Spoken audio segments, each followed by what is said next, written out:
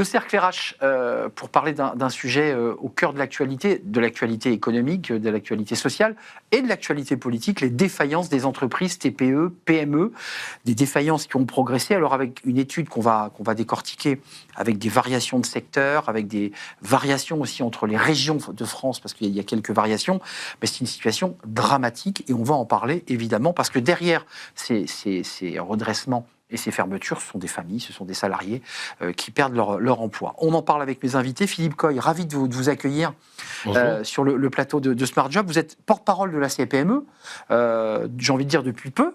Depuis peu, et en charge des dossiers commerce. Charge du dossier commerce. Et puis je précise à nos interlocuteurs, parce que vous êtes un homme extrêmement connu, vous avez présidé pendant 8 ans la fédération des buralistes. Des 23 000 buralistes de France. C'est-à-dire un métier à temps plein au contact du petit commerce, du commerce de proximité. Et des difficultés. Et qui eux aussi ont des difficultés, on y reviendra, j'en suis sûr. Et avec nous Thierry Millon, ravi de vous accueillir, cher Thierry, directeur des études chez Altares, qui est une bien belle entreprise, et qui a fait une étude extrêmement détaillée sur les défaillances TPE, PME.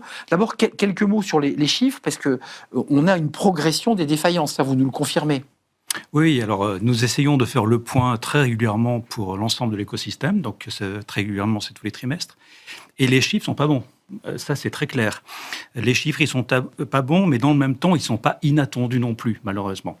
Donc, depuis, pour être un peu plus positif, depuis le début de l'année, on est sur un plateau d'environ 68 000. C'est évidemment un record.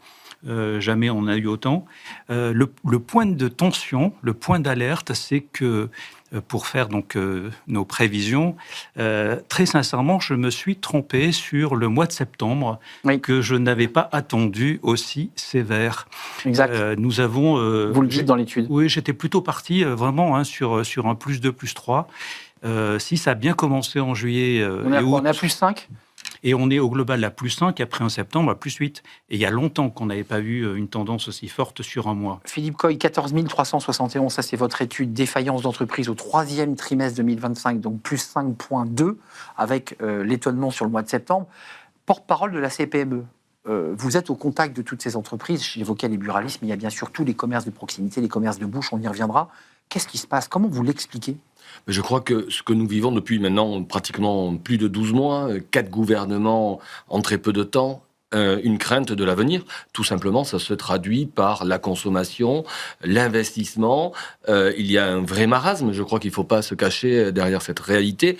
Vous le disiez très justement, les chiffres sont têtus, ils le démontrent, ils s'amplifient malheureusement trimestre après trimestre.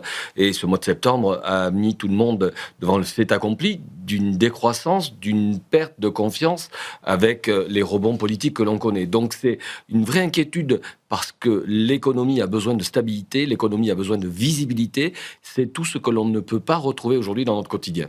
Porte-parole de la CPME en charge, notamment en tant que vice-président du commerce, est-ce que vous dites au gouvernement, parce que c'est l'occasion d'être sur un plateau télé et de pouvoir parler à ceux qui vont voter le projet de loi de finances dans ce grand débat à l'Assemblée nationale, on entend que les entreprises du CAC 40, pour la plupart, ne paieraient que 19% d'impôts, pendant que les TPE, les PME, elles, j'allais dire, payent plein pot. Est-ce que ça aussi, vous portez cet argument ? Et bien évidemment, parce que d'abord, excusez-moi de le dire, même si on est sur un média, l'économie en France, ce n'est pas que le CAC 40. C'est avant tout l'économie de proximité, celle qui fait le lien social, celle qui fait l'emploi de proximité, celle qui fait la vie dans les territoires. C'est d'ailleurs pour ça que nous sommes présents depuis ce matin au Salon des maires, pour expliquer le bienfait d'une économie solide dans un territoire, dans une économie concertée avec les élus. Et quand je vois, excusez-moi, je le dis avec mes mots, le spectacle que nous offre l'Assemblée nationale et la scène politique globalement,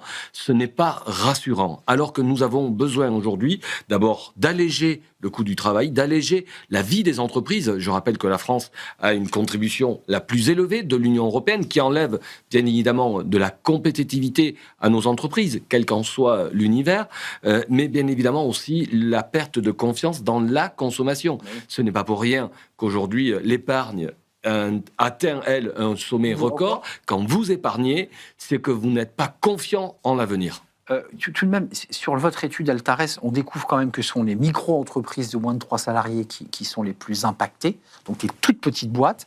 Et puis on découvre que, alors c'est intéressant, on fera le point sur la partie géographique, parce que j'ai découvert la région que j'aime, la région centre, qui n'est pas la région paloise, est très très impactée, on y reviendra, mais quand même, commerce de bouche, ça fonctionne. Et vous rajoutez dans votre étude, je trouve ça très intéressant, sauvé par la restauration rapide.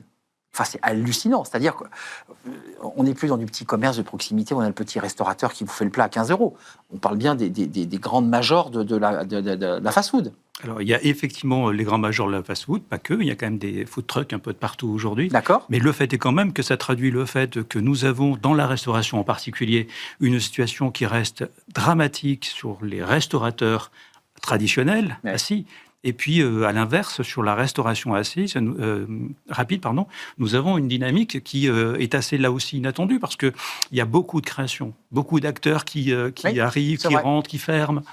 Voilà, on voit bien, ceci étant, qu'il y a des répercussions sur la faiblesse de la consommation, parce que dans le même temps, il y a une activité qui est très connecte. Vous parlez de 52 000 emplois, je précise, Philippe Coy, 52 000 emplois menacés. C'est-à-dire qu'au-delà du chef d'entreprise qui a sa petite entreprise, il y a derrière 52 000 emplois. Est-ce que vous avez le sentiment que le gouvernement a fait des propositions lors du projet de loi de finances que vous suivez, qui soient à la hauteur de cet enjeu? 52 000 emplois, c'est pas rien. C'est des emplois, là, directs, menacés directement. Je ne le pense pas. En tous les cas, les débats ne sont pas clos. En tous les cas, les mesures annoncées et ces débats auxquels on observe beaucoup d'inégalités ne rassurent pas les chefs d'entreprise. Et vous faites bien de citer ce chiffre de 52 000 emplois, parce que ce sont des emplois fragmentés.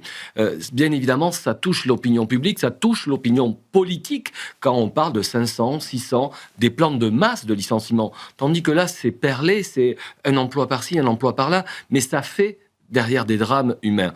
Et c'est aujourd'hui un vrai sujet de préoccupation. Vous faisiez allusion aux évolutions de la restauration. Je crois qu'il y a un enseignement majeur derrière cela. C'est les situations que l'on connaît post-Covid, le changement de comportement de la société, le changement de la consommation. Ces derniers jours, il y a eu beaucoup de débats, il y en a encore d'ailleurs sur les plateformes chinoises, qui prouvent bien qu'il y a des changements dans la relation à l'achat, à l'acquisition. Et au prix, si je peux me permettre. Et au prix. Mais on voit bien aussi que la restauration subit les mêmes difficultés. C'est qu'on n'a plus le plaisir d'aller au restaurant faire la pause méridienne ou le repas. On va s'alimenter de façon souvent nomade sur des restaurations rapides, ce qui porte un sacré coup à la restauration traditionnelle. Et la saison estivale n'a pas échappé à la règle. Les restaurateurs traditionnels, notamment tous les côtiers, les touristes mangeaient et partageaient des pizzas sur les plages, mangeaient des sandwichs, et les terrasses des restaurants traditionnels étaient vides. Mais quand même, et je ne sais pas, je ne veux pas vous faire sortir de votre zone de confort parce que vous êtes directeur d'études, mais il y a quand même l'enjeu des prix. C'est-à-dire qu'en fait, on voit aussi aujourd'hui que si le commerce est impacté et que si ces petites boîtes ferment, c'est qu'en fait, leurs prix sont trop élevés ou leur coût du travail est trop élevé. Je ne sais pas comment il faut regarder le sujet. C'est en particulier vrai sur la restauration assise, naturellement. Il demeure que pour le client, il y a un équilibre en rapport prix-valeur qui doit quand même être trouvé. Et aujourd'hui, le consommateur sur ce métier-là, d'autant qu'il y a des habitudes, vous l'avez souligné justement, qui ont été prises depuis la Covid, qui produisent un autre effet, c'est que nous avons désormais de la restauration du midi qui a été prise par les boulangers, par exemple, qui font beaucoup de qui prennent d'énormes parts de marché. Mais bien sûr. Et donc, forcément, c'est plus difficile. Un mot, Thierry, quand même sur la géographie, puisque je sais pas parce que je viens de cette belle région du centre, mais j'ai vu que la région centre était la région la plus impactée, je crois, avec une augmentation de plus de 22% de mémoire. Comment vous l'expliquez ? Il y a vraiment des effets géographiques. On peut dire que c'est mieux dans le sud, ça marche mieux dans le nord, c'est moins bon en région centre. Qu'est-ce qui se passe ? Alors, il faut être prudent sur les effets géographiques, mais il y a plusieurs lectures. La première, c'est qu'évidemment, si vous avez, et c'était le cas de la région, fait un bel exercice l'année d'avant, forcément, c'est plus difficile de le reproduire. Bon.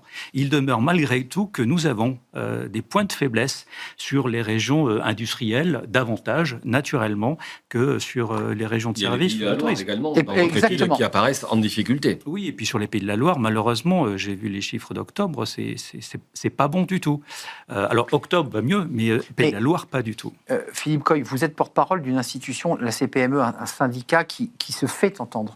quelles sont les propositions que vous allez porter au haut niveau avec votre président sur quoi? Baisse de la fiscalité, baisse des baux commerciaux? Non, il faut parler de choses concrètes, puisqu'on parle des centres-villes qui se dévitalisent. Les baux commerciaux, c'est vrai que ça peut être un sujet attrayant, populaire, mais je ne crois pas que ça soit forcément par là la solution. En tous les cas, on a besoin de travailler avec un coût moindre. Nos entreprises, bien évidemment, voient leurs marges fondre et leur coût d'exploitation. Alors, je parle dans le coût d'exploitation, pas des salaires que nous versons, parce qu'on voudrait verser mieux un salaire en fin de mois. En tous les cas, il y a une étude récemment publiée qui montre que le même salaire entre la France et l'Espagne, le salarié a 400 € de plus à la fin du mois. Donc nous avons aujourd'hui un vrai problème. Et ces charges et ces taxes, parce que le Parlement ne fait que légiférer pour rajouter de la fiscalité. Enfin, heureusement que nous, chefs d'entreprise, nous avons une autre lecture de la gestion de nos budgets.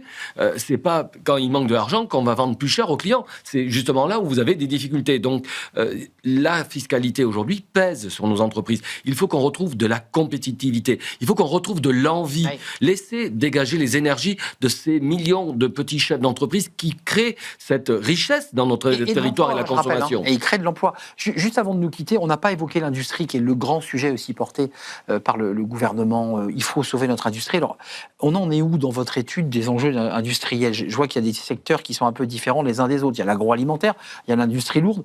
Est-ce qu'elle aussi, en tout cas les sous-traitants de l'industrie, ferment leurs portes? Alors sur l'industrie, malheureusement, octobre confirme les chiffres de septembre. Donc on n'est pas là à pouvoir dire ça s'améliore, d'autant plus que vous parliez d'emploi. On va finir l'année aux environs de 69 000. Ça veut dire que globalement, considérant que les liquidations, c'est de l'emploi perdu, et que sur le redressement, il y a une partie qui va être conservée, nous avons une année 2025 qui va finir avec globalement 200 000 emplois supprimés sur des défaillances d'entreprise. C'est pas rien, 200 000. Et donc, il y a besoin de savoir que ces emplois-là, ce sont des emplois de proximité. Ce sont des emplois de territoire, de région. Ah oui, c'est des bassins de vie dans des villages, dans des petites villes. Exactement. Donc, une entreprise qui ferme, évidemment, ce sont des emplois directs. Et indirects. Et indirects, du fait des sous-traitants, et des emplois, par ailleurs, indirects sur des personnes qui n'ont rien à voir, sinon qu'elles sont sur le territoire en question. Je rebondirai sur votre propos, parce que bien évidemment, on peut être très attaché au commerce. C'est la vie, c'est le lien dans le territoire, mais c'est un écosystème. Et l'industrie aujourd'hui souffre, même si c'est un peu aujourd'hui souvent mis en avant. On va réindustrialiser le pays. On n'en voit pas aujourd'hui, en tous les cas, les premiers signes. C'est pour cela que nous remettrons demain, au nom de la CPME et du groupe Industrie, le livre blanc de l'industrie, parce qu'aujourd'hui, il est urgent de sauver ce secteur économique qui est là aussi un pan très important dans les territoires. Altares, cette étude, vous nous en faites profiter, on la partage, on l'a lue. Elle est remise à qui avant de nous quitter? Vous allez aller, je sais pas, devant le ministère du Travail, vous allez aller à Bercy, vous allez aller l'avoir sous le bras, vous allez faire des conférences de presse. À qui vous la... Évidemment, Bercy là, mais l'étude, elle n'a pas vocation à être vendue justement pour que ce soit un outil qui permette de donner des mesures à partir desquelles on peut prendre des décisions.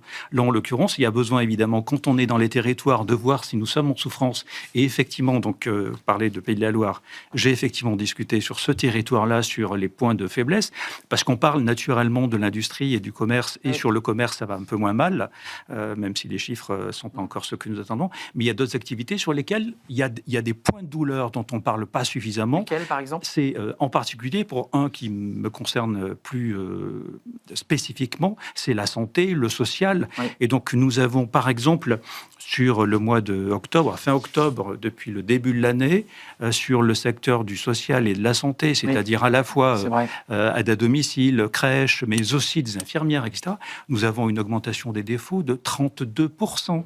C'est colossal. Alors qu'on manque de main-d'œuvre, on manque de bras, on manque de salariés. Bien sûr. Là, sur Paris, donc, une grosse structure a été contrainte d'aller au tribunal. Une structure qui est dans ce registre social, ce secteur. Donc, à la fois petite enfance et santé. C'est 1700 salariés. Hein. 1700 mais c'est donc, effrayant. Il y a quand même besoin de dire ces structures-là, elles ont naturellement besoin d'être accompagnées, notamment par du financement, mais il y a aussi besoin de dire qu'on ne peut pas détacher sa responsabilité sur des structures qui ont besoin, en même temps d'hommes, de Merci. talents, etc. Merci à vous, messieurs. Le débat est terminé. Merci à vous, Philippe Coy. Cette étude, allez la voir. Elle est donc ouverte. Elle est en open data, comme Exactement. on dit, pour que tous ceux qui décident, présidents de région, présidents de département, élus politiques et bien sûr syndicats, puissent s'en emparer, l'analyser et la porter. Merci. Cette étude est très importante et elle est très inquiétante. Merci à vous, Thierry Millon, directeur des études chez Altares, d'être venu. Merci à vous, Philippe Coy. C'est un vrai plaisir de vous accueillir, porte-parole de la CPME et en charge notamment du petit commerce en tant que vice-président et du commerce en général. Ce fut un plaisir et on suivra évidemment de très près ces chiffres de défaillance puisqu'il y a 52 000 emplois qui en dépendent. On termine notre émission avec Fenêtre sur l'emploi et on s'intéresse aux managers. Oui, ils font leur transition. On en parle avec notre invité.